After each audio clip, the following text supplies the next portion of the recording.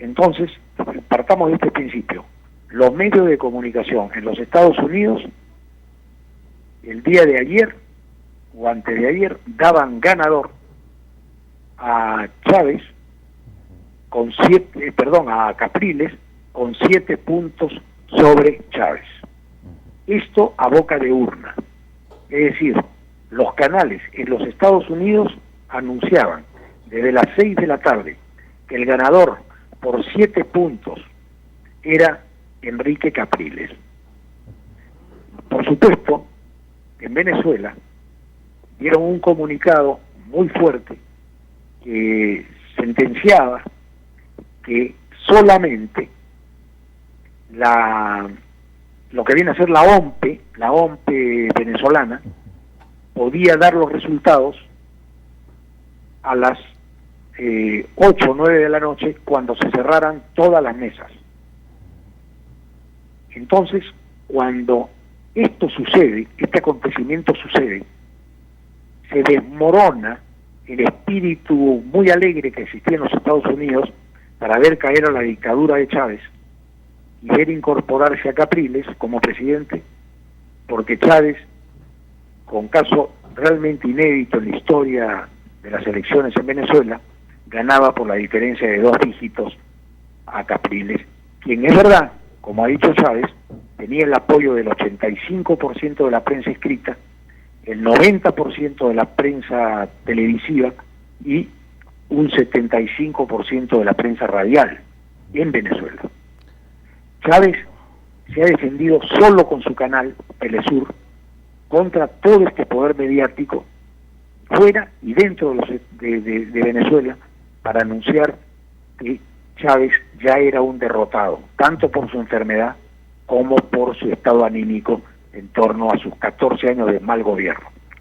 Estimado Ricardo, ¿cómo analizas el tema del voto voluntario? Porque en estas elecciones en Venezuela la gente ha acudido casi masivamente, en más de un 80% ha estado horas esperando, haciendo cola para emitir su voto, siendo un país donde el voto es voluntario.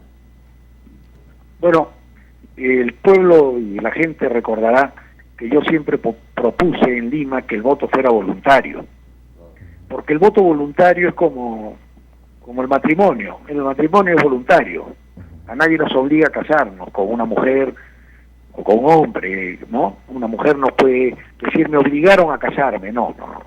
Hoy día, ¿no?, la decisión personal es muy grande, pesa más que todo, y en Venezuela, no siendo el voto obligatorio, se ha batido el récord sin precedentes de votantes para ir a cumplir no solamente un deber, sino ejercer ya un derecho, pero a su vez, esto es muy interesante, comprometerse con el voto, porque cuando a ti no te obligan a hacer algo y tú lo haces de motu propio, estás comprometiendo tu voto como un deber ciudadano en este caso de venezolano, de apoyar a quien tú crees que es el genuino representante de tus ideales. Estimado Ricardo, has mencionado una palabrita hace instantes, Telesur. Tú eres hombre de comunicaciones, eres un broadcaster con mucha experiencia en el medio comunicativo. ¿Es que el mundo tenía solo una visión de las cosas? ¿Es que con Telesur hay un contrapeso? Por más que Telesur, algunos señalen, ¿no?, que es muy pequeño, pero desde el punto de vista de las comunicaciones, ¿cómo analizas ese fenómeno? Bueno, los medios de comunicación han perdido su credibilidad. La gente ya no cree en los medios de comunicación. Yo soy testigo de lo que sucedía acá en Nueva York, en los Estados Unidos, cuando se anunciaba que Capriles había ganado por 8 puntos en CNN, en los canales locales. En Miami, por ejemplo, Mega Televisión anunciaba un triunfo rotundo de Capriles. América TV, que pertenece a la cadena NBC, a Fox, también anunciaba el triunfo de Capriles. Pero sin embargo, las caras de los periodistas mostraban otra cosa. Y a las 9 de la noche, cuando se dio el resultado, casi al 89% o 90% de los votos, con el voto electrónico en Venezuela, había un ganador, donde han habido más de 10.000 periodistas y 80 países con observadores como el Centro Carter y otros, observando que no hubiera ninguna irregularidad en las elecciones. O sea que Chávez, en este caso, a quien yo no apoyo y no comparto su vocación de dictador democrático, porque hay dictadores democráticos. Fujimori pretendió ser un dictador democrático de derecha. Chávez es un dictador democrático de izquierda. Pero son dictadores. ¿Por qué? Porque controlan el aparato estatal, controlan el poder judicial, controlan las Fuerzas Armadas, controlan el poder electoral.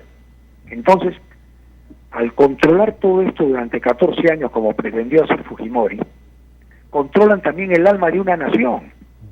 Y ahora tendremos Chávez hasta el 2019. Es decir, Chávez va a tirar todos los récords de permanencia a través de elecciones libres.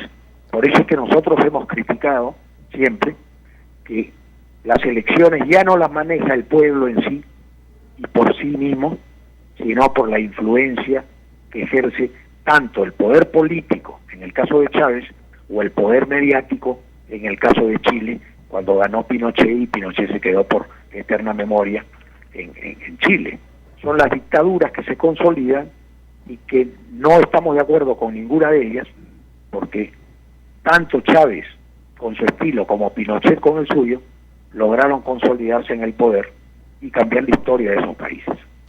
Estimado Ricardo, muy importante lo que señalas, quizás porque se viene, volviendo al caso de Estados Unidos, para el 16 de octubre se espera el segundo round, otro debate, y tener también otro despacho contigo frente a este análisis internacional en la coyuntura electoral de Estados Unidos.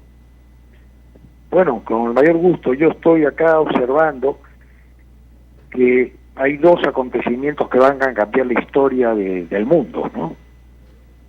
Uno es el triunfo de Chávez, que ha consolidado ante el mundo entero su respaldo mayoritario de que Venezuela no está tan mal como decía la prensa, que Venezuela tiene el respaldo popular, a pesar de que a mí no me gusta en lo particular, porque no me gustan los que se quieren quedar siempre en el poder.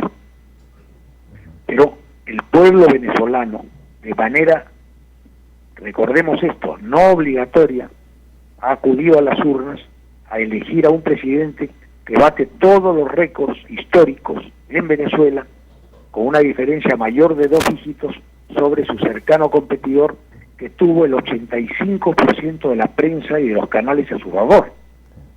Esto significa que la prensa ha perdido absolutamente su influencia en la decisión ciudadana para elegir un presidente.